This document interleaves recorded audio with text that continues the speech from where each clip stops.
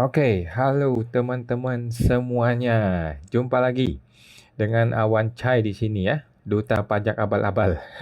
Kita ini adalah pelatih konsultan pajak yang pertama dan satu-satunya di Indonesia, teman-teman ya. Kita akan live Instagram gratis, teman-teman, di channelnya Pajak Smart ini ya, setiap hari Senin jam 8 malam. Dan seperti biasa teman-teman ya, gue perlu disclaimer dahulu di awal ya supaya nggak salah bahwa semua yang gue sampaikan di video ini adalah pendapat pribadi gue 100% teman-teman ya. Ini bukanlah kajian akademis, tidak dapat juga dibuktikan kebenarannya, dan belum tentu juga sesuai dengan peraturan pajak yang berlaku ya guys ya. Nah, jadi kalau gue ada yang salah, tolong dikoreksi ya. Siapa tahu gue salah juga ya, namanya juga masih manusia. Nah, walaupun gua seorang konsultan pajak resmi ya, teman-teman, tetapi isi video ini bukanlah saran profesional konsultan pajak buat Anda semua ya. Anda semua, teman-teman, tidak bisa dan tidak boleh menjadikan video ini sebagai pedoman bagi Anda untuk melaksanakan kewajiban pajak lu, gitu ya. Karena kan masing-masing orang punya kasus yang berbeda-beda gitu, guys ya. Mohon teman-teman konsultasikan dengan konsultan pajak Anda masing-masing atau ke penyuluh di KPP ya, penyuluh juga bisa kalau teman-teman mau tanya yang lebih spesifik lagi mengenai perpajakan Anda ya. Seperti biasa, gua akan tersedia gratis buat teman-teman semua ya secara langsung di live Instagram Pajak Smart setiap hari Senin jam 8 malam. Oke, kita promo dulu nih buat teman-teman yang belum tahu ya. Sekarang kita ada program membership ya bagi teman-teman yang mau dan merasa perlu untuk diskusi pajak akunting langsung dengan gue, dapat bergabung ke program membership kita. Ada di website, teman-teman tinggal masuk ya, www.pajaksmartvip.com ya. www.pajaksmartvip.com. Nanti teman-teman akan tergabung dalam grup WhatsApp membership, kemudian kita bebas diskusi ya pajak akunting di grup itu. Teman-teman juga dapat ketemu gue langsung ya secara online setiap hari Selasa jam 8 malam ya. Jadi besok malam nih, besok malam kita akan ada meeting live coaching setiap hari Selasa malam. Kita bebas membahas kasus-kasus pajak teman-teman semua ya, jam 8 malam ya. Membership ini teman-teman akan berbayar ya secara bulanan atau tahunan atau bahkan lifetime ya. Silakan aja bergabung, nanti ada diskon khusus buat teman-teman semua ya. Segera bergabung teman-teman ya di membership kita di website www.pajaksmartvip.com ya. pajaksmartvip.com disambung semuanya. Oke, teman-teman. Sekarang kita akan sampaikan dulu ya informasi terbaru ya. Ini memang lagi ada ngeri-ngeri sedap ya, informasi mengenai konsultan pajak ya. Ada revisi aturan baru nih. Coba aku putar dulu videonya. Nah, ini dia ya. Jadi ada satu aturan baru PMK yang sedang mau direvisi ya, yaitu PMK mengenai konsultan pajak ya. Jadi katanya konsultan pajak bakal wajib sampaikan laporan bulanan. Nah, di luar biasa ya. Gue ketawa aja ya ketika gue tahu ada berita seperti ini ya. Dikerjain konsultan pajak ini ya sama si oknum menteri ini ya. Konsultan pajak bakal diwajibkan untuk menyampaikan laporan tiap bulan, bukan tiap tahun katanya ya. Penyampaian laporan itu secara resmi tersebut merupakan salah satu poin dari PMK 111 dan PMK 175 mengenai konsultan pajak ya yang akan dilakukan oleh Pembinaan Profesi Keuangan ya, P3PK ya. P2PK kalau nggak salah ya. Nah, pada 2026 akan ada perubahan. Laporan itu akan kita cicil, tidak digunggung 1 tahun. Kita lakukan per bulan katanya ya, kata Kepala Bidang Perizinan dan Kepatuhan Penilaian Aktuaris dan Profesi Keuangan lainnya P2PK Luri Sofian dalam sosialisasi yang digelar oleh Ikatan Konsultan Pajak Indonesia ya, IKPI pada Senin tanggal 14 hari ini. Menurut Luri, perubahan frekuensi pelaporan dari tahunan menjadi bulanan akan mempermudah konsultan pajak dalam menyampaikan laporan kepada P2PK. Luri mengatakan pihaknya akan menyiapkan sistem baru untuk mendukung pelaksanaan kewajiban laporan konsultan pajak secara bulanan. Oleh karena sistem kita masih lama ya, kita coba exercise dahulu teman-teman konsultan pajak di seluruh Indonesia agar bisa melaporkan secara on time. Luri pun mengatakan laporan konsultan pajak merupakan instrumen penting bagi P2PK untuk memahami bagaimana seorang konsultan pajak menjalankan profesinya. Informasi tersebut diperlukan untuk membuat kebijakan dan memetakan risiko. Melalui laporan itulah kami regulator bisa memahami bagaimana konsultan pajak berpraktik. Kami bisa tahu konsultan pajak mengalami kesulitan di mana. Kami bisa tahu konsultan yang kira-kira berisiko tinggi, sedang, dan rendah. Kami melihat laporan ini sebagai sarana komunikasi antara konsultan pajak dan regulator. Sebagai informasi, kewajiban konsultan pajak untuk menyampaikan laporan ada di pasal 25 ya, PMK 111 menuju ke PMK 175. Laporan tahunan harus memuat informasi terkait jumlah dan keterangan wajib pajak yang sudah diberikan jasa konsultasi, daftar realisasi kegiatan pengembangan profesi PPL, dan fotokopi kartu tanda anggota Asosiasi Konsultan Pajak ya. Laporan tahunan disampaikan secara elektronik ya, secara online paling lambat pada April tahun pajak berikutnya. Bukan April deh, setahu gue bulan Maret ya. Terkait dengan laporan, oh ya April kayaknya, mungkin April ya. Terkait dengan laporan tahunan konsultan pajak 2024, konsultan harus menyampaikannya melalui laman ini ya. Coba kita klik. Dia lari kemana ini? Lari ke... kemana ini? Continue to destination. Mestinya sih ke Sikop ya. Kok lari ke sini sih? Kok jadi ke sini? Mesti ke Sikop sih. Mesti lari ke Sikop ya. Nah, seperti itulah teman-teman ya. Jadi konsultan pajak ini sungguh sial nasib konsultan pajak di Indonesia ini ya, di negara Konoha ini ya. Udahlah tidak ada undang-undangnya. Ketika kita ribut dengan petugas pajak kita yang dihantam, kemudian dipecat dari asosiasi lagi kayak gue gitu ya. Memang sial nasib konsultan pajak di negeri Konoha ini. Nggak ada perlindungan hukum kita semua ini ya. Udah nggak ada perlindungan hukum, udah mesti laporan. Sekarang mesti laporan tiap bulan lagi katanya. Mampus ya. Jadi,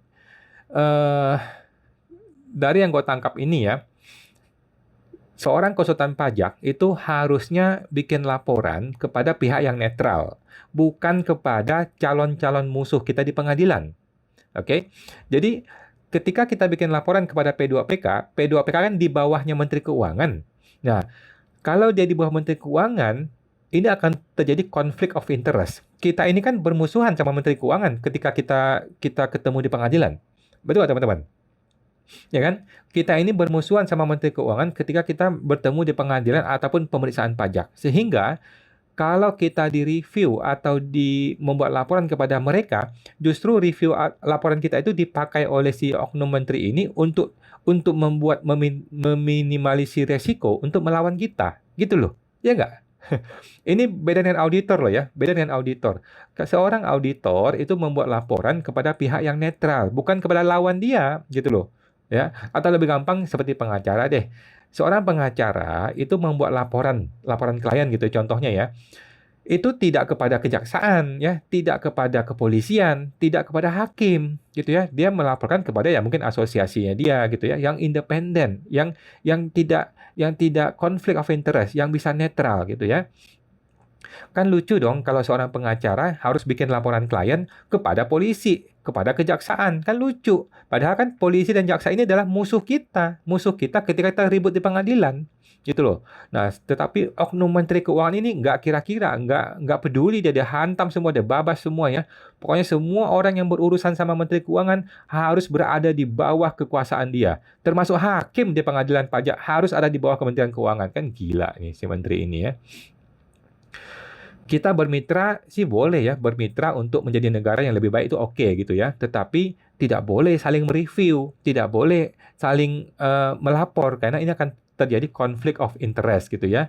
Kalau saling mereview, kalau dia bisa review kita itu namanya bukan mitra, itu namanya bos sama bawahan gitu kan ya. Kemudian apa fungsinya coba? Coba dipikir. Apa fungsinya konsultan pajak harus bikin laporan kepada si Menteri Keuangan? Apa tujuannya? Gitu loh. Kita nggak mau dong diawasi oleh musuh kita, ya nggak? Masa kita mau diawasi oleh musuh kita di pengadilan? Nggak boleh dong, ya kan? Kita nggak boleh dikendalikan atau direview oleh orang-orang yang akan berpotensi menjadi lawan kita di pengadilan, gitu loh. Jadi ini akan sangat menjadi sebuah potensi untuk ajang untuk intervensi. Akhirnya kan si petugas pajak bisa mengintervensi kita, gitu loh. Bisa mengintimidasi kita, bisa mengintervensi terhadap profesi kita, profesi konsultan pajak. Karena dia punya data kita dan kita tidak punya data dia. Iya nggak teman-teman ya? Yang ketiga, terakhir, siapa yang punya waktu untuk bikin laporan seperti itu? Siapa konsultan pajak yang punya waktu untuk bikin laporan bulanan seperti itu? Lu kira kita nggak ada kerjaan gitu ya? Dia pikir konsultan pajak ini orang-orang nggak ada kerjaan gitu ya. Siapa yang bikin laporan seperti itu gitu loh. Coba kita ganti deh, coba kita ganti ya. Mau nggak si kepala kantor, si AR atau pemeriksa pajak deh bikin laporan mengenai klien-klien dia, bikin laporan mengenai wajib pajak yang sedang dia kerjakan kepada kami. Mau nggak? Nggak mungkin dia mau. Atau bisa nggak? Jangan ngomong mau deh, bisa nggak? Pasti nggak bisa, nggak ada waktu gitu ya. Nah, lagi pula, semua pihak itu dilarang loh teman-teman ya, dilarang untuk memberikan pasal 34 ya, Undang-Undang KUP, kita dilarang memberikan informasi mengenai wajib pajak kita, mengenai data wajib pajak kepada pihak lain. Pihak lain itu siapa? Termasuk orang P2PK dong ya, nggak ada urusan P2PK dengan kami gitu loh. Jadi revisi PMK ini adalah revisi yang sangat-sangat amburadul, udah nggak waras, udah gila ya, dibikin dengan sengaja untuk mencurangi wajib pajak, untuk mengekang kebebasan dari wajib pajak dan untuk mengintimidasi, dan tentu saja ujung-ujungnya adalah untuk mengatur konsultan pajak ya, supaya konsultan pajak itu bisa dijinakkan gitu lah ya. Nah, tentu saja konsultan pajak itu tidak bodoh ya, konsultan pajak ini ya, dan kita akan melawan tentu saja ya.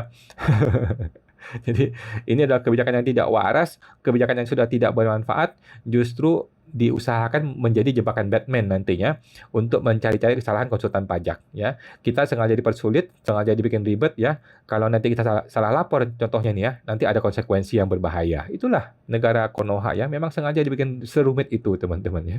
Oke.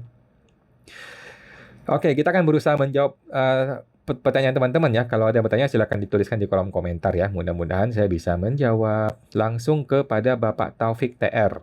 Halo Pak, saya sudah laporan SPT Badan. Wow, bagus sekali ya. Untuk cicilan PPh Badan yang baru berlaku masa April ya kok. Masa Maret Pak ya, masa Maret. Karena kan PPh 25 masa Maret itu kan dibayar di tanggal 15 besok nih. Sedangkan Bapak sudah lapor hari ini. Kalau Bapak sudah lapor hari ini, maka otomatis besok adalah saatnya membayar PPh 25 masa Maret. Gitu ya, itu yang saya tangkap. Bagaimana kalau orang lapor SPT Badan di akhir April?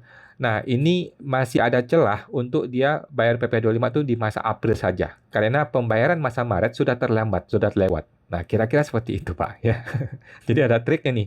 Kalau kalau baru pertama kali lapor SPT di akhir April sajalah, supaya nanti PPh 25-nya nanti di masa April aja. Masa Maret belum perlu bayar. Kira-kira gitu. Tapi kalau Bapak sudah lanjut lapor, ya sudah. Bapak mesti bayar PPh 25 masa Maret. Oke. Sama teman-teman tuh, Pak Taufik.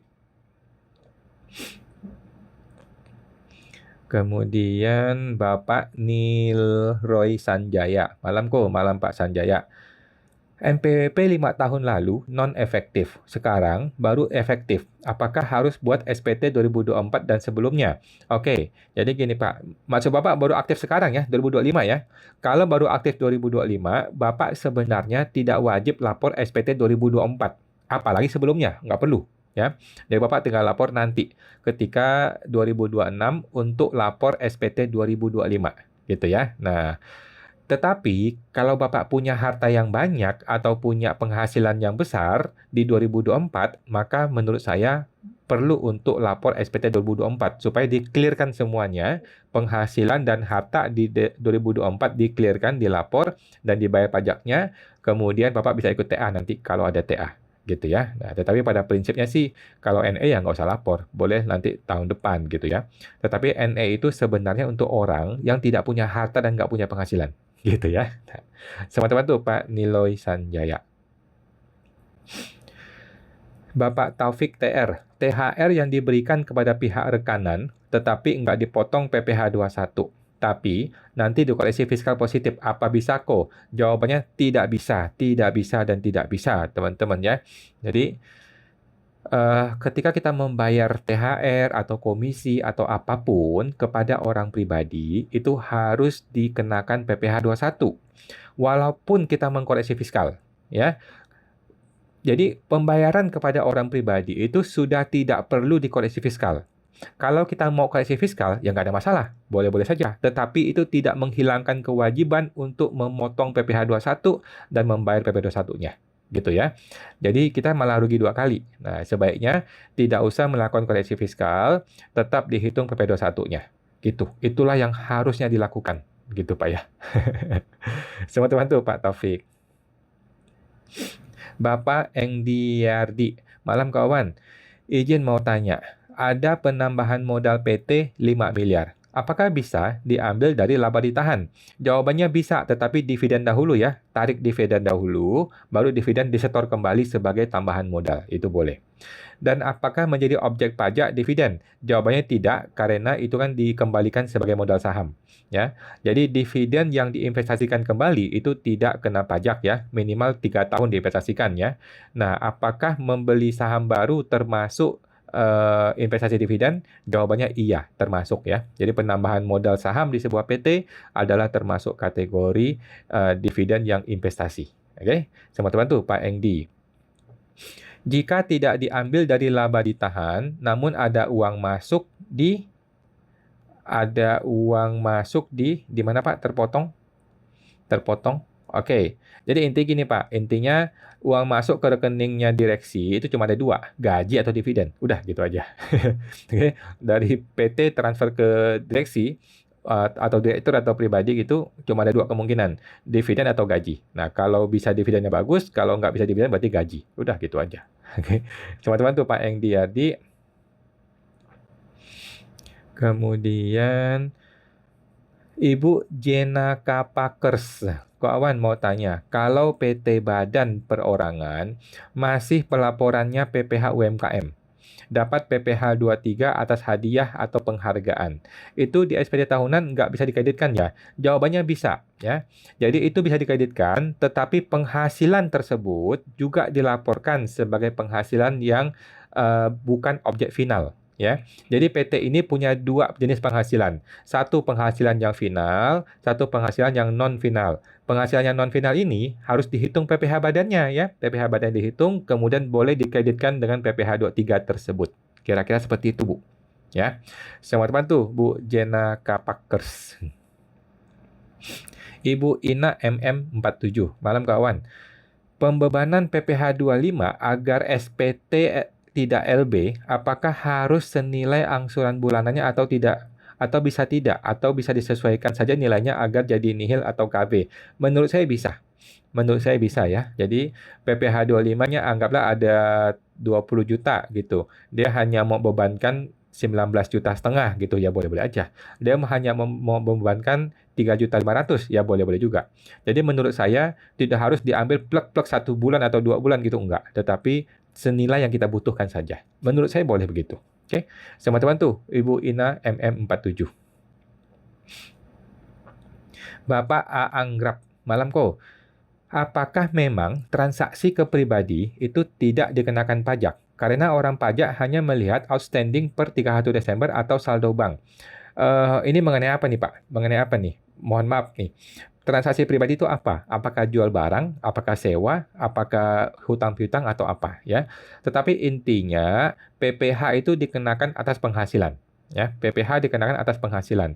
Jadi kalau ada uang masuk ke rekening itu penghasilan, baik itu sewa, hadiah, atau kerja, dagang, dan sebagainya, itu kena pajak, kena PPh, gitu ya. Kalau itu uang masuk hanyalah hutang piutang, maka tidak kena pajak. Kira-kira seperti itu kalau hutang piutang, gitu ya. Dan orang pajak itu tidak lihat outstanding per 31 Desember ya. Orang pajak juga melihat mutasi. Ya, jangan salah nih ya. Orang pajak juga melihat mutasi, tidak hanya melihat outstandingnya. Oke. Sama teman tuh Pak Anggrap. Bapak Stefan 7. Malam kok, malam Pak Stefan. SP2DK udah muncul via Cortex belum? Masih nggak jelas SP2DK Cortex ya. Masih pakai surat sih saat ini sih. Cortex masih belum rapi ya. Soalnya alamat MPWP-nya kosong dan nggak ditinggalin lagi. Ataukah AR akan kirim ke email atau hubungi nomor HP yang terdaftar di DJP? Makasih kok. Jangan khawatir Pak ya, AR akan kirim email ya. AR akan kirim email dan juga akan kirim chatting WA ya. Jangan khawatir, AR tidak akan kirim surat kemudian nggak nyampe kemudian ditinggalin. Nggak. AR akan berusaha menghubungi telepon maupun email kita. Oke, teman-teman tuh Pak Stefan 7. Ibu Lina MM47. Dijawab live sebelumnya, angsuran PPh 25 notaris tidak wajib. Tetapi, tanya KPP katanya wajib. Aturannya bisa dilihat di mana? Kalau tidak wajib, bagaimana perlakuannya di SPT tahunan? Nah, aturannya itu ada di Google. Ibu cari aja yang namanya PPh 25, apakah wajib atau tidak wajib. Gitu aja. Ya, ketik PPh 25, apakah wajib atau tidak wajib, tanda tanya, enter. Gitu ya. Nah, jadi eh, kalau tidak wajib, bagaimana perlakuan di SPT tahunan? Kalau saya sih, saya tidak akan centang di bagian PPh 25. Oke, nggak akan saya centang di bagian PPh 25 sehingga angkanya tidak muncul. Gitu loh. Kalau saya centang, nanti angkanya akan jadi muncul. Nah, saya tidak centang supaya angkanya tidak usah muncul di SPT tahunan. Kira-kira seperti itu. Nah, namun saya termasuk orang yang mendukung ya PPh 25 ya. Saya mendukung teman-teman untuk membayar PPh 25 apabila penghasilannya rutin. Kalau penghasilannya tidak rutin, barulah dia boleh berargumen, ya udah saya nggak usah bayar PPh 25 karena saya tidak rutin penghasilannya. Nah, namun kalau notaris ini penghasilannya rutin, setiap tahun sudah jelas nih kira-kira berapa gitu ya, maka alangkah baiknya dia bayar PPh 25 gitu ya. Nah, teman-teman tuh Ibu Ina MM 47. Ibu Erina Risyadiani. Saya mau tanya, apa untuk pembuatan faktur pajak uang muka error ya di Cortex? Terima kasih. Setahu saya memang error, Bu ya. Dari awal Januari, pembuatan faktur pajak uang muka dan pelunasan itu masih error. Jadi, solusinya apa? Solusinya adalah bikinlah faktur pajak seperti biasa. Tidak usah centang uang muka. Ya, faktur pajak itu bikinlah faktur pajak yang biasa, tidak usah centang uang muka. Jadi sama seperti kita menjual barang biasa, gitu ya. Nanti ketika pelunasan, kita bikin lagi faktur pajaknya dengan barang yang sama tapi harganya berbeda. Itu yaitu senilai harga pelunasan. Kira-kira seperti itu saat ini ya. Karena masih error nih mengenai uang muka nih masih banyak masalah. Oke. Teman-teman tuh Bu Erina Risyadiani. Bapak Stefan 7 mau tanya lagi penasaran. Kalau orang pribadi diperiksa pajak, tidak pembukuan, apakah semua arus masuk ke rekening dianggap penghasilankah? Jawabannya tentu saja ya, tentu saja dianggap penghasilan, kecuali kita bisa membuktikan bahwa itu bukan penghasilan, gitu ya. Tetapi gua punya prinsip yang sebaliknya. Gua punya prinsip sebaliknya bahwa uang masuk belum tentu penghasilan. Orang pajak yang mesti buktikan kalau itu penghasilan. Nah, kalau gue begitu prinsipnya. Nah, prinsip yang berbeda ini akan bermuara ke pengadilan pajak. Gitu ya. Seperti itulah nasib kita di negeri Konoha ya. Teman-teman tuh, Pak Stefan 7. Bapak Fadlings. Kak, saya aktivasi Evin, nggak terima emailnya. Apakah Evinnya lagi down? Oke. Kemungkinan iya, Bapak coba datang ke KPP aja ya. Paling gampang datang ke KPP untuk diurus untuk badan ya. Oke. Coba datang ke KPP aja Pak ya. Untuk NPWP yang dibikin 2025 itu sudah tidak usah pakai Evin karena semuanya langsung ke Cortex ya. Nah, Bapak kalau memang masih belum dapat, coba datang ke KPP atau diganti metodenya. Metodenya pakai SMS coba. Kalau SMS mungkin lebih cepat ya. Kalau email kadang-kadang ngadet. Ya, coba datang ke KPP atau coba ganti metode pakai SMS. Oke, teman-teman tuh Pak Fadling, Bapak JWXNYZ. Malam apa konsekuensinya jika telat bayar PPh 25 UMKM orang pribadi? Cuma kena denda doang ya, tinggal bayar dendanya aja. Sama apa konsekuensinya jika kita bayar tapi PMK-nya belum ada? Ya paling disuruh salah bayar. Nggak ada masalah ya. Jadi intinya konsekuensinya ya paling dibilang salah gitu ya. Dibilang salah kemudian kita disuruh bayar tambahan atau disuruh pemindah bukuan atau kemudian ya paling disuruh pemindah bukuan. Paling gitu ya. Nah tetapi PPh UMKM 0,5% itu sudah pasti diperpanjang ya. Karena di negara hukum, di negara Konoha media sosial adalah dasar hukum. Ya, di negeri Konoha itu media sosial adalah dasar hukum. Jadi si Dirjen Pajak sudah ngomong akan diperpanjang, Menteri sudah ngomong akan diperpanjang, jadi nggak usah khawatir, sudah pasti diperpanjang. Ya, karena hukumnya begitu ngomongnya, yaitu media sosial sudah begitu ngomongnya. Oke, teman-teman tuh Pak JWX NYZ.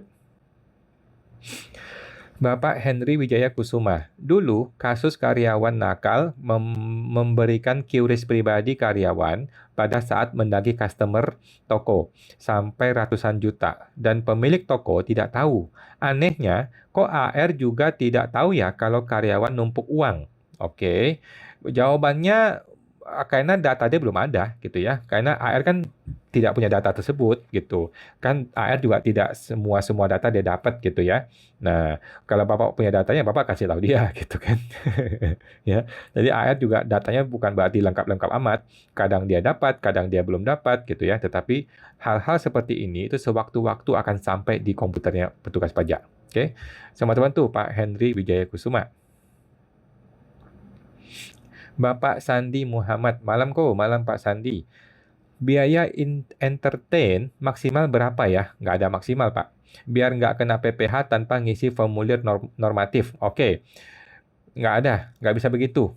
Jadi tidak ada nilai nominal minimal atau maksimal supaya nggak kena PPh.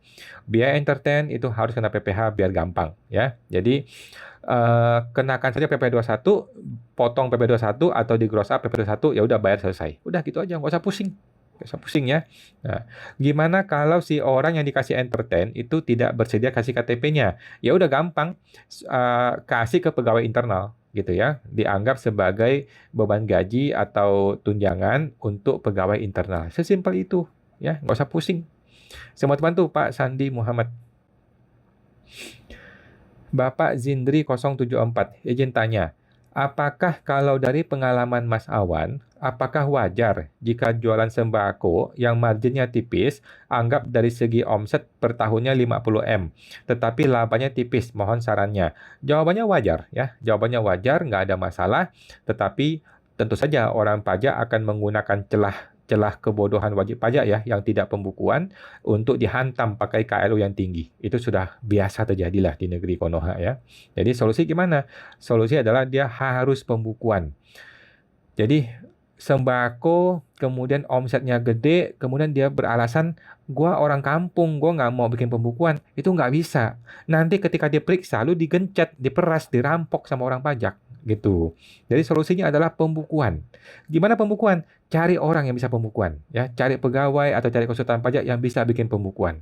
Gitu. Lu tinggal pilih, mau bayar orang akunting tapi bikin lebih rapi, atau nggak usah bayar tetapi nanti bayar ketika diperiksa oleh orang pajak. Kira-kira gitu ya. Nggak bisa lari ini negeri Konoha ini susah larinya kita ya. Semua teman tuh Pak Zindri 074.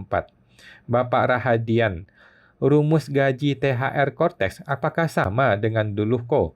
Jawabannya sama ya, dikurangi dengan PPh bulanan biasa. Gimana? Udah enggak Pak, udah enggak, sorry ya, sejak zaman 2024 udah enggak ya. Sejak 2024 Januari, sudah setahun ya, sudah tidak begitu caranya. Kita menggunakan metode TER ya, TER-TARTOR itu ya, menggunakan metode TER, tarif efektif rata-rata, di mana sudah ada tabelnya. Kita tinggal isi berapa gajinya di sistem, maka otomatis dipotong keluar nilai PPh-nya, itu menggunakan tabel TER ya, sudah tidak menggunakan perhitungan yang zaman dahulu disetahunkan, bla bla bla itu udah enggak. Oke, teman-teman tuh Pak Rahadian. Ibu Katarina Gunawan, kalau mau balik nama warisan almarhum suami kepada istri dan anak, apakah boleh tetap lapor di SPT istri? Jawabannya tidak ya. Kalau itu sudah diwariskan kepada kepada istri dan anak-anaknya, maka istri hanya lapor bagian dia saja.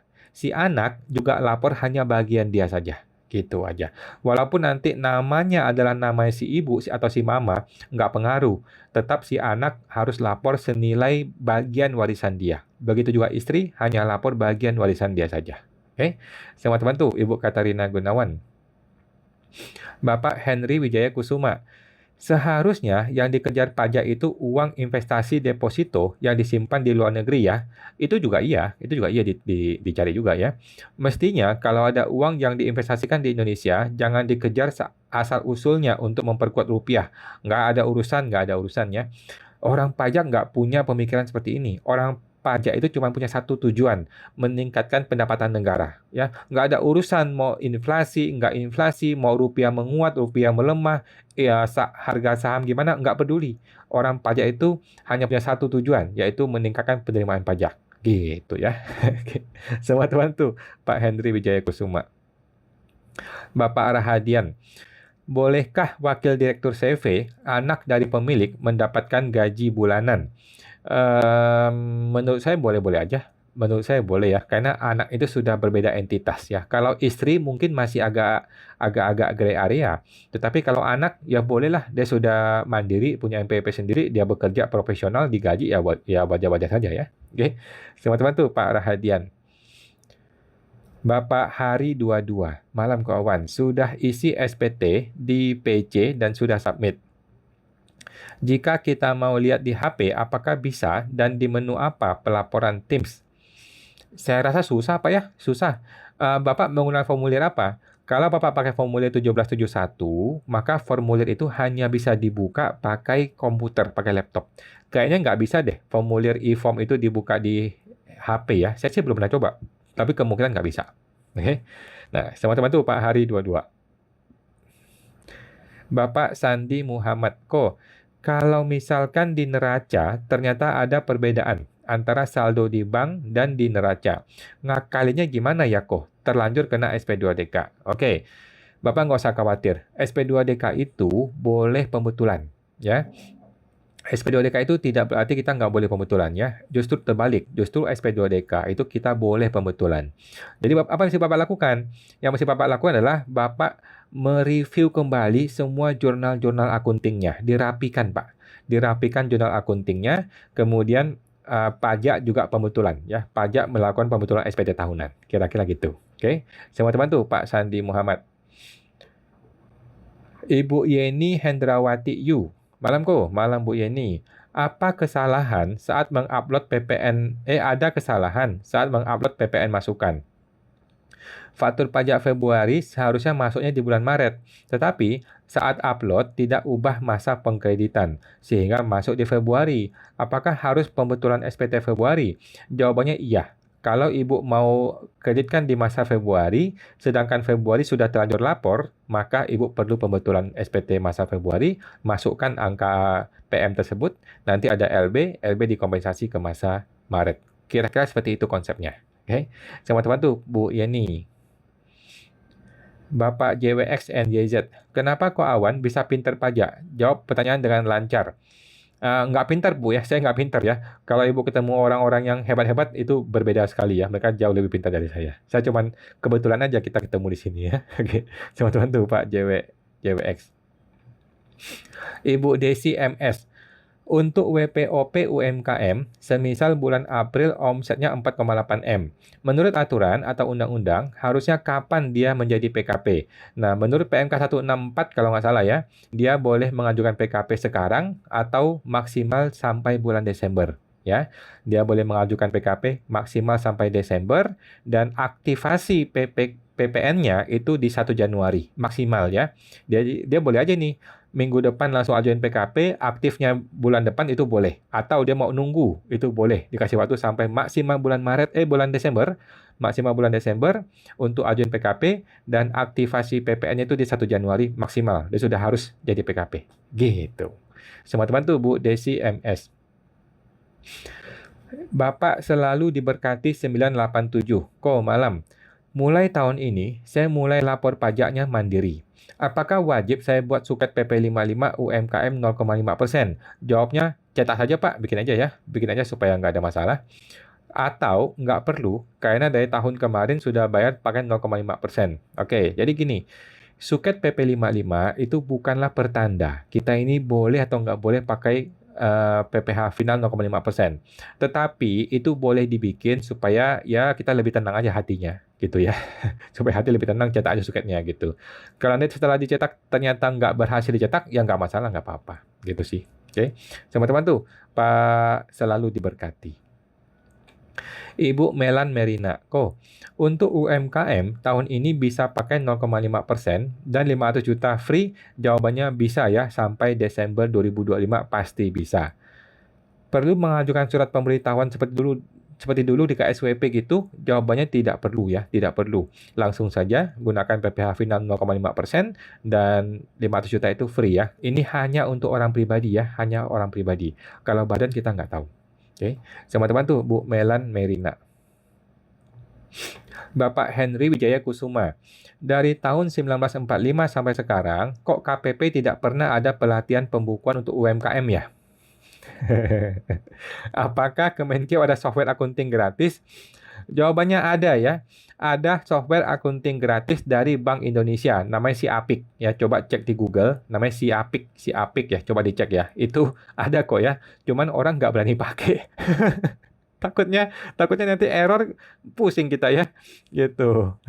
Teman-teman tuh Pak Henry Wijaya. Kemudian Bapak Jindri 074. Izin bertanya, di luaran sana masih ada perusahaan-perusahaan besar yang menjualnya tidak meminta KTP. Kira-kira cara apa yang dia pakai ya kok? Apakah digunggung atau bagaimana? Feeling saya digunggung, Pak. Ya, feeling saya memang dia digunggung dan memang dia menganggap kita sebagai end user, gitu ya. Kalau terbukti bukan end user ya dia tanggung dendanya 1%, gitu ya. Paling gitu doang ya, denda 1% tanggungannya. Oke, teman-teman tuh Pak Jindri. Ibu Novianti, malam kok. Izin tanya, kalau penjualan 23M, maksimal bayar PPh 25-nya berapa? Oh, tidak bisa begitu cara hitungnya, Bu ya. Cara hitungnya adalah harus ikuti pembukuan. Jadi bikin pembukuan dahulu, ada penjualan, ada biaya, ada laba sebelum pajak, ada hitung fiskalnya, kemudian PPh-nya berapa, kemudian dibagi 12. Nah, seperti itulah cara ngitungnya ya. Jadi nggak bisa omsetnya sekian, PPh sekian tuh nggak bisa dihitung begitu. Nggak bisa, itu cara nembak, nggak boleh begitu ya. Jadi yang namanya pembukuan harus di jurnal satu persatu dan dihitung berapa PPh-nya yang benar. Oke, teman-teman tuh Bu Novianti. Ibu Ina MM47. Tempat usaha yang dipinjamkan saudara kandung dan tidak dikenakan biaya sewa, tapi menurut AR wajib akui ada biaya sewa. Oke. Jadi gini, menurut saya gini Bu, kalau memang nggak ada sewa, ngomong ke AR nggak ada sewa. Oke, kalau AR paksain ada sewa, minta dasar hukumnya. Dasar hukumnya apa? Gitu ya. Nggak ada dasar hukumnya harus sewa, gitu. Nah, tetapi apakah betul nggak ada sewa? Ya kan? Nah, siapa tahu ada. Kalau ada sewa, maka perlu bayar PPh final atas sewa. Sesimpel itu ya. Nah, tapi kalau memang nggak ada sewa ya nggak apa-apa. Bilang aja nggak ada sewa gitu. Faktanya memang nggak ada sewa kok. Gitu ya. Nggak ada kok dasar hukumnya maksa harus sewa tuh. Setahu saya nggak ada. Oke. Teman-teman tuh Bu Ina MM47. Ibu Rini Isma, malam kawan. Tadi saya telepon kantor pajak, tanya soal PPh 0,5%. Kata mereka, suruh bayar di akhir tahun saja sesuai norma yang berlaku. Apa itu nggak masalah dan nggak kena denda? Jawabannya itu adalah segala kemungkinan bisa terjadi. Gitu Bu ya. Semua kemungkinan bisa terjadi. Karena kan nggak ada dasar hukumnya, nggak ada aturannya. Ya, karena nggak ada aturannya, kita nggak tahu nanti apa konsekuensinya. Gitu. Kalau saya sih, saya berpatokan kepada kalimat yang diucapkan oleh Bapak Erlangga, Ibu Sri Mulyani, anggota DPR, dan juga Surya Utomo, Dirjen Pajak. Mereka semua sudah menjamin bahwa PPh final ini pasti diperpanjang 1 tahun sampai Desember 2025. Sesimpel itu ya. Nggak usah takut ya. Di negeri Konoha itu omongan menteri adalah dasar hukum. Omongannya dirjen adalah dasar hukum. Nggak usah khawatir ya. Sudah ada kok di media sosialnya Kementerian Keuangan ya. Teman-teman tuh, Bu Rini Isma. Bapak Purnawan Iswan. Malam kawan. Bagaimana tarif UMKM 0,5% diperpanjang kok? Jawabannya diperpanjang. Sudah pasti 100 juta, 100 miliar persen diperpanjang. Tinggal nunggu PMK-nya terbit atau PP-nya terbit. Gitu ya. Nah, tetapi di negeri Konoha itu ucapannya menteri adalah dasar hukum. Ya, ucapannya Surya Utomo di Dirjen Pajak adalah dasar hukum. Jadi nggak usah khawatir. Mereka sudah menjamin bahwa ini pasti diperpanjang. Ya. Teman-teman tuh, Pak Purnawan Iswan. Ibu Novianti, malam kok izin tanya. Kalau penjualannya 23M, berapa PPh 25-nya? Nah, nggak usah khawatir Bu ya, Ibu harus menggunakan pembukuan yang lengkap ya. Tidak bisa menghitung dengan cara nembak seperti ini. Oke, coba dibikin pembukuan yang benar ya. Teman-teman tuh Bu Novianti. Ibu Meliana Kusuma, malam kawan. Kalau NPWP udah udah NA. Bila jual aset, jadi mesti aktif NPWP atau tidak perlu aktifkan NPWP? Jawabannya tidak perlu, kecuali wajib. Ya, jadi gini, ketika Bapak jual aset atau Ibu jual aset, tanya ke notaris, bisa nggak jual kalau nggak aktifin NPWP? Kalau dia bilang bisa, ya udah jalanin. Kalau dia bilang tidak bisa, ya sudah kita aktifin NPWP-nya. Mau nggak mau kan? Nggak ada pilihan, gitu ya.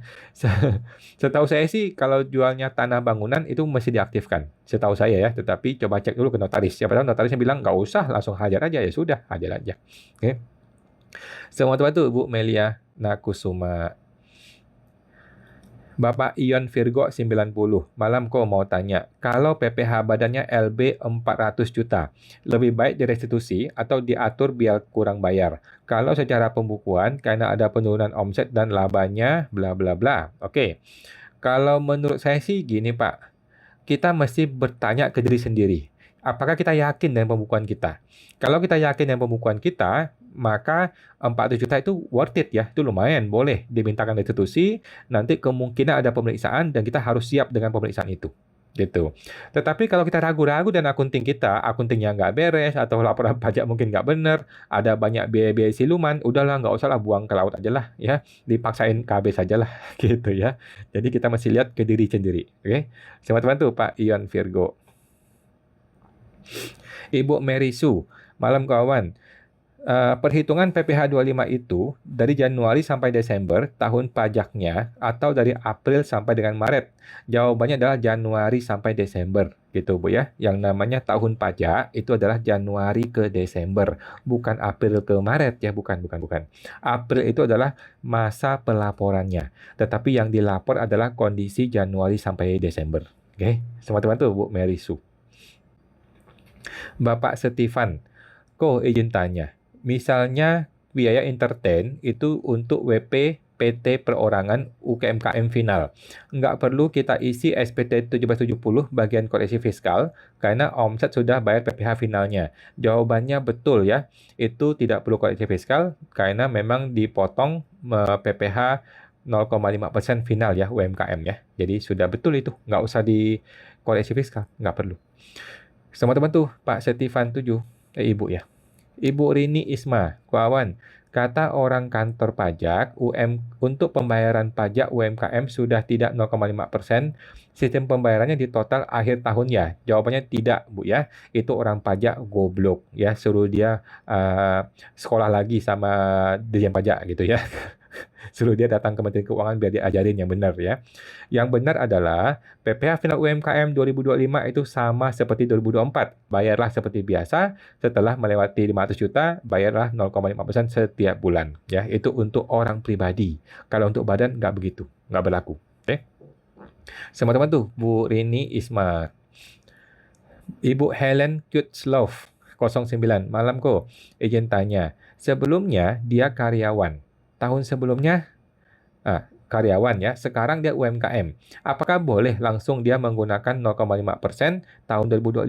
Jawabannya boleh ya, boleh. Tetapi ingat ya, mesti dihitung 7 tahunnya. Nah, kalau 7 tahun sudah habis di 2024, maka sekarang adalah yang terakhir 2025, tahun ke-8. Karena kan diperpanjang 1 tahun gitu ya.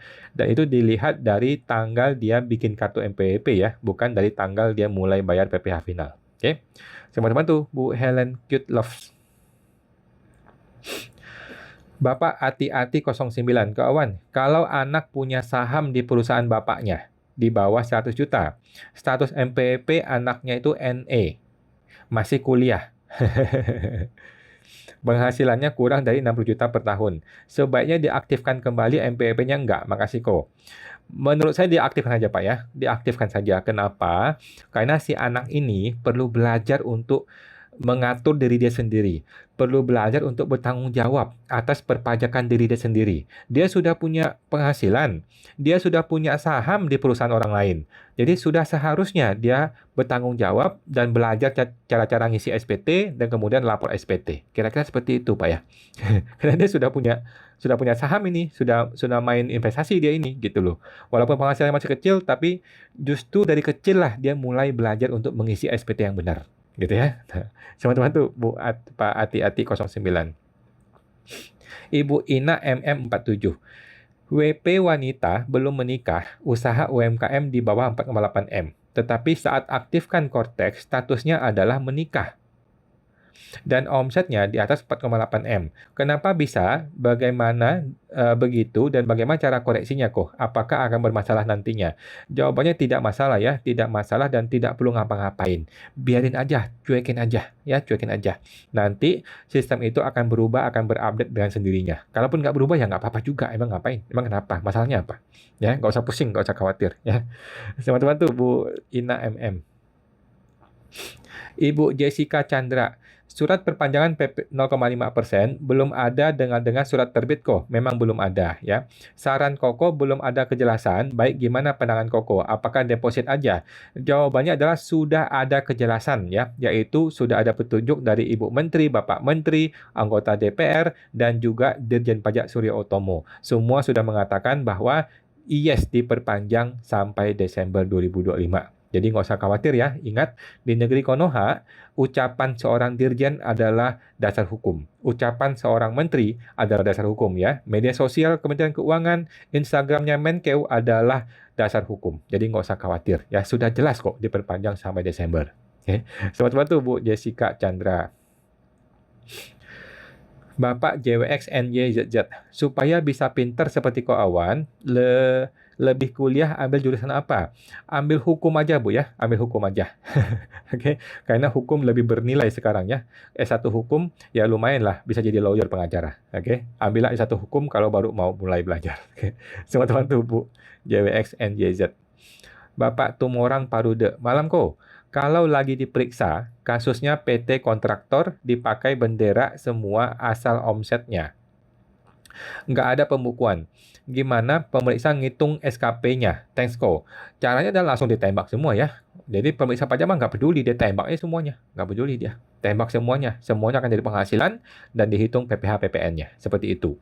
Nah, jadi gimana solusinya? Solusinya adalah Bapak harus memberikan penjelasan. Begini.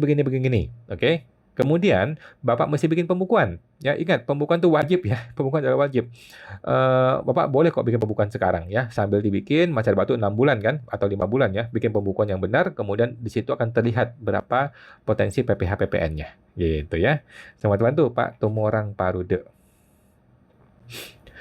Ibu Jessica Chandra 15. Kok mau tanya, suami pakai progresif sebagai pekerjaan bebas. Harta istri udah dilapor di SPT suami. Nah, pertanyaan saya, apakah istri lapor mundur 5 tahun untuk dapat uang di mata AR? Apakah disarankan? Boleh-boleh aja, tetapi nggak disarankan, Bu ya. Kenapa dia perlu lapor sampai 5 tahun mundur? Kenapa dia perlu lapor dapat uang? Kan dia sudah lapor di SPT suami, gitu ya. Jadi, yang penting harta sudah dilapor di SPT suami, maka si istri nggak perlu lagi lapor mundur. Ya kalaupun mau lapor ya lapor SPT 2024 aja. Gitu sih, setahu saya begitu. Oke, thank you Bu Jessica Chandra 15. Ibu Katarina Gunawan. Jadi kalau nilai rumah 100 juta, maka istri dan anak lapor di SPT masing-masing nilai 50 juta. Jawabannya iya, sesuai dengan proporsi mereka masing-masing. Gitu ya. Karena kan metode warisan itu kan tergantung dari si pemberi waris. Dia mau beri gimana gitu ya. Jadi kalau memang 50-50 ya udah, berarti masing-masing lapor sesuai dengan proporsi diri mereka masing-masing. Oke. Teman-teman tuh Bu Katarina Gunawan. Ibu Bapak Learning Account 6992. Malam Ko. Jika buka toko online dan jualan barang orang lain tanpa ada stok ya, yaitu dia dropshipper. Yang harus saya bayarkan itu pajak apa ya, Ko? PPh UMKM kah atau PPh lain? Profitnya 2-4%. Oke, jadi gini. Pertanyaannya adalah uangnya bagaimana mengalirnya. Kalau uang itu mengalir dari si seller kepada kita, rekening kita, baru kita kirim ke... sorry.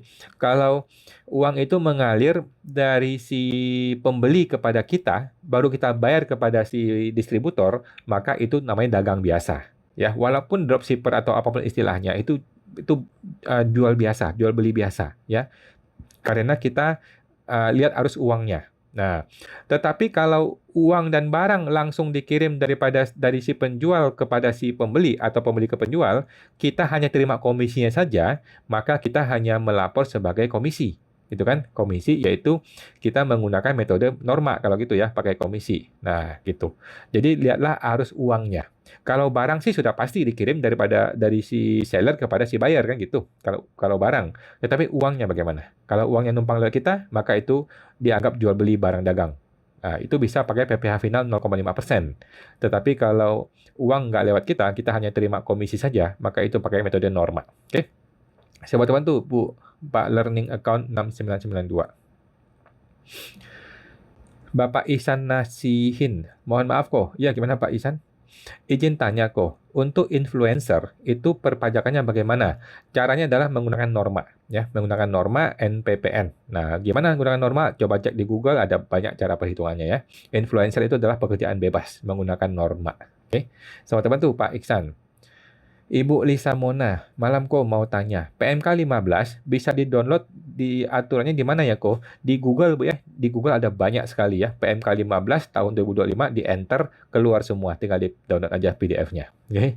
Selamat bantu Bu Lisa Mona, 111183. Ibu Mela Merina, kok gimana caranya cetak suket PP55? Caranya adalah Ibu masuk ke Cortex ya, masuk ke menu Cortex, kemudian ke menu pelayanan, di situ ada. Oke. Atau tutorialnya Ibu tinggal buka ke YouTube ya, buka ke YouTube, ada tutorialnya, saya ada bikin, dan banyak orang juga bikin tutorial untuk membuat suket PP55. Oke. Selamat bantu Bu Mela Merina.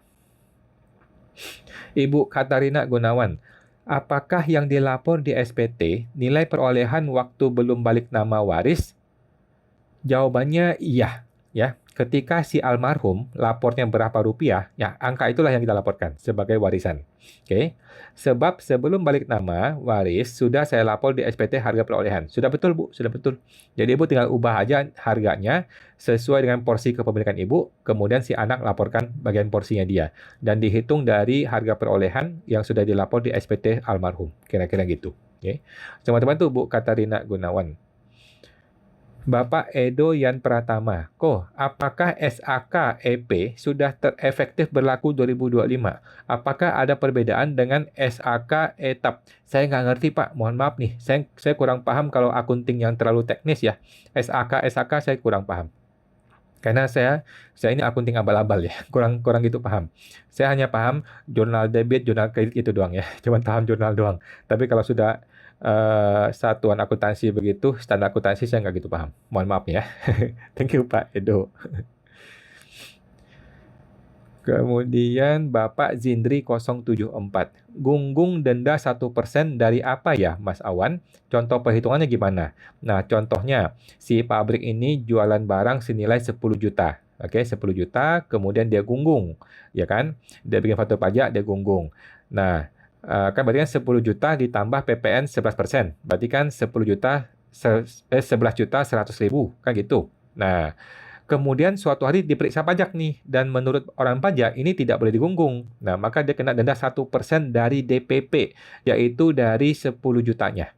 Oke, jadi harga barang dikalikan 1%. Ya, jadi dia sudah kena PPN kan? Dia sudah kena PPN efektif 11%. Dia harus tambah 1% lagi, sehingga efektif PPN-nya itu adalah 12%. Kira-kira gitu cara ngitungnya. Teman-teman tuh Pak Jindri 074. Biasanya sih pabrik-pabrik itu langsung mengenakan kepada si customer. Jadi kalau lu mau kasih KTP harga normal, kalau lu tidak mau kasih KTP maka tambah 1%. Itu sudah ada beberapa pabrik seperti itu. Ya. Thank you Pak Jindri. Bapak PIN 168. Kalau lupa lapor PPN masa Desember 2024 dan baru dilapor Maret 2025, kena denda 500.000 per bulan sampai di bulan Februari 2025. Jawabannya hanya satu kali aja, Bu ya. Hanya satu kali aja 500.000 ya. Tidak 500.000 kalikan jumlah bulan itu tidak. Satu kali aja. Nah, tetapi bagaimana dengan Januarinya? Kalau Januari nggak lapor juga, ya kena lagi 500.000. Gitu ya. Intinya kena satu kali 500.000 dan tidak dikalikan jumlah bulan. Itu untuk denda terlambat lapor. Kalau terlambat bayarnya, dikalikan jumlah bulan. Nah, sama-sama tuh Pak Ibu Ping 168. Bapak Tumorang Parude, kok kalau PT baru operasi bulan Juli 2024, omsetnya sudah melebihi 4,8 M. Oke. Apakah SPT-nya harus PPh UMKM? Apakah syaratnya? Apakah bisa pakai pembukuan langsung? Thanks, Ko. Oke, jadi gini Pak. PT itu wajib pembukuan. Oke, satu dulu ya. PT adalah wajib pembukuan, terlepas dari dia menggunakan PPh final atau tidak final. Nah, untuk tahun pertama, dia itu biasanya secara normal itu menggunakan PPh 0,5% final. Gitu ya. Jadi, di tahun pertama pakai 0,5%, nanti tahun kedua, kalau dia di tahun pertama sudah melewati 4,8 M, maka tahun kedua dia menggunakan PPh umum. Gitu. Nah, apakah boleh tahun pertama langsung pakai PPh umum? Jawabannya boleh, tetapi dia mesti mengajukan surat. Nah, itu ada di DJP online ataupun di Kotex ya, mengajukan surat yang namanya memilih menggunakan PPh umum. Kira-kira seperti itu. Oke, teman-teman tuh Pak Tumorang Palude. Bapak Dharma Sanjaya 168. Kalau nggak lapor NPPN pada Maret lalu, terus ternyata UMKM tidak diperpanjang, apakah otomatis harus pakai pembukuan? Jawabannya tidak, ya, tidak perlu. Bukankah menggunakan pembukuan harus mengajukan dulu ke KPP? Jawabannya enggak juga ya. Pembukuan tinggal diklik aja di formulir 1770 yang SPT orang pribadi. Oke. Jadi yang pertama adalah gini, lupakan skenario UMKM itu nggak diperpanjang. Ya, lupakan. Karena UMKM pasti diperpanjang. Oke. Yang kedua, dia tidak perlu pembukuan. Dia tetap boleh menggunakan pencatatan. Ya. Jadi orang yang punya surat NPPN, dia menggunakan pencatatan dengan norma itu di tabel lampiran 1 di PER 17. Kalau dia tidak punya NPPN, dia menggunakan tabel lampiran 2 di PER 17. Kira-kira gitu aja. Ya, oke. Teman-teman tuh Pak Dharma Sanjaya. Bapak Henry Wijaya Kusuma. Perpanjangan UMKM 0,5% masih simpang siur. Jawabannya tidak simpang siur, Pak ya. Tidak simpang siur. Semua sudah bilang yes, pasti diperpanjang. Apakah tidak ada yang bicara hal ini di DPR? Jawabannya ada dan memang diperpanjang, ya. Yang bilang nggak diperpanjang itu cuma kita-kita aja nih, ya. Tetapi semua orang bilang diperpanjang kok. Emang di grup ini tidak ada saudara di DPR? Gelap nggak jelas katanya. Sudah jelas Pak ya, sudah jelas ya. PPh final sudah jelas diperpanjang, ya. Nggak ada skenario PPh final tidak diperpanjang itu nggak ada, ya. Teman-teman tuh Pak Henry Wijaya Kusuma. Bapak GRD NSXS, malam kok. Kalau PTP, saat ini saya bayar 0,5% tiap bulan dari seluruh pendapatan kotor. Nantinya, jika sudah mendekati Desember 2025, kira-kira ganti ke tarif apa ya kok? Tetap sama Pak ya, tetap sama 0,5%. Jadi PTP itu adalah 4 tahun menggunakan PPh final 0,5%. Ya, seterusnya. Nanti tahun kelima, dia menggunakan PPh umum. Gitu aja sih, sesimpel itu. Oke, teman-teman tuh Pak GRD NSXX. Bapak Tan Lili T. Malam kok. Dalam satu alamat terdapat orang pribadi dan CV yang berjalan sekaligus bersama. Jika OP yang sudah tidak bisa menggunakan 0,5% dan juga sebagai direktur CV, sebaiknya bagaimana perpajakannya? Jawabannya nggak ada masalah ya, nggak ada masalah. Kalau dia mau gabung ke CV boleh ya. Kalau dia mau gabungin semua kepada CV ya sudah boleh-boleh saja. Tetapi ingat omsetnya maksimal 4,8 M kalau dia mau tetap UMKM. Kira-kira gitu sih. Nah, teman-teman tuh Pak Ibu Tan Lili. Ibu Merisu, makasih sama-sama. Bapak Edoyan Pratama. Kok mau tanya, setiap penerimaan dividen, apakah masih dikenakan PPh 23? Tidak ada ya, tidak ada lagi. Atau sudah bukan objek pajak lagi. Jadi gini, dividen itu dibayarkan oleh perusahaan kepada si direksi, pemegang saham ya. Si perusahaan tidak memotong PPh. Itu clear ya. Nah, begitu uang itu sampai di rekeningnya si pemegang saham, maka pemegang saham itu memutuskan apakah mau diinvestasikan atau tidak diinvestasikan. Kalau dia tidak investasi, maka dia bayar PPh dividen 10% ya, bayar mandiri, bayar sendiri. Nah, kalau dia investasikan minimal 3 tahun di instrumen investasi, maka itu tidak kena pajak ya. Instrumen investasi itu seperti apa? Tabungan, deposito, saham, taruh di SBN, beli tanah, beli bangunan, itu termasuk. Ya. Yang tidak termasuk adalah untuk biaya hidup, beli motor, mobil itu nggak termasuk. Bahkan emas termasuk sekarang ya, sudah boleh. Teman-teman tuh Pak Edo Yan Pratama. Ibu Ina MM47. Apakah tidak akan dipermasalahkan kalau membebankan angsuran PPh 25 tidak senilai angsuran bulanannya? Agak trauma saya. Bisa aja dipermasalahkan ya. Bisa saja dipermasalahkan dan kita menjawab seperti apa adanya saja, nggak usah khawatir. Oke, teman-teman tuh Bu Ina. Bapak Iksan Nasihin 10. Bagaimana cara dividen biar tidak dikenakan pajak kok? Caranya adalah yang pertama, Bapak investasikan di sebuah instrumen investasi minimal 3 tahun. Paling gampang beli SBN. Ya, belilah sebuah SBN, udah taruh di SBN minimal 3 atau 4 tahun atau 6 tahun gitu kan. Ya udah selesai. Nanti Bapak perlu lapor e-reporting investasi dividen setiap tahun sebelum akhir Maret selama 3 kali berturut-turut. Udah simple, sesimpel itu. Oke. Bapak Iksan Nasihin lagi. Bagaimana? Oh, tadi sudah ya, sudah ya. Bapak Henry Wijaya Kusuma, mohon pencerahannya. Emangnya di negara ASEAN sistem pajak masih pakai NPPN? Saya kurang paham di negara lain, Pak ya. Soalnya NPPN itu kan edisi tahun 1945, warisan VOC. Tidak cocok di tahun 2025 ini. Wah, kita nggak tahu juga, Pak ya. Kita tidak tahu.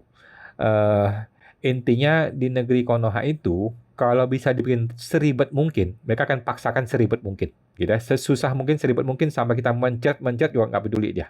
Itulah negeri Konoha ya. Kalau bisa dipersulit, ya kenapa dipermudah, kan gitu. Thank you Pak Henry. Oke, teman-teman sudah jam 9 lewat ya. Kita akan tampung dulu ya, yang belum terjawab ya. Kita akan tampung dan kita akan jawab di video YouTube ya. Ada Ibu Novianti. Oke, kita tampung dulu ya. Ada Bapak Revalian, Ibu Ani Monika, Ibu Rinisma, oke, kemudian Bapak Alfansine, kemudian Bapak Ibu Ningkawa, Ibu Jessica Chandra, Ibu Rini Isma, Bapak Ibu Jessica Chandra, Bapak GRDNSXX, Bapak Ati-Ati, kemudian Ibu Jessica Chandra, Ibu Jessica Chandra, kemudian Ibu Edina Rosli, Ibu Ainur Rizkovic, oke, kemudian Bapak Sandy 29, Ibu Ainur Rizkovic, Bapak MR Anjar 83, Ibu Katarina Gunawan, oke, Bapak Yulsemo, oke. Oke, teman-teman, mohon yang belum terjawab ya, kita akan jawab di video YouTube ya, YouTube-nya Pajak Smart. Sampai jumpa teman-teman, Senin depan sampai jam 8 malam. Sampai jumpa, makasih semuanya. Mari.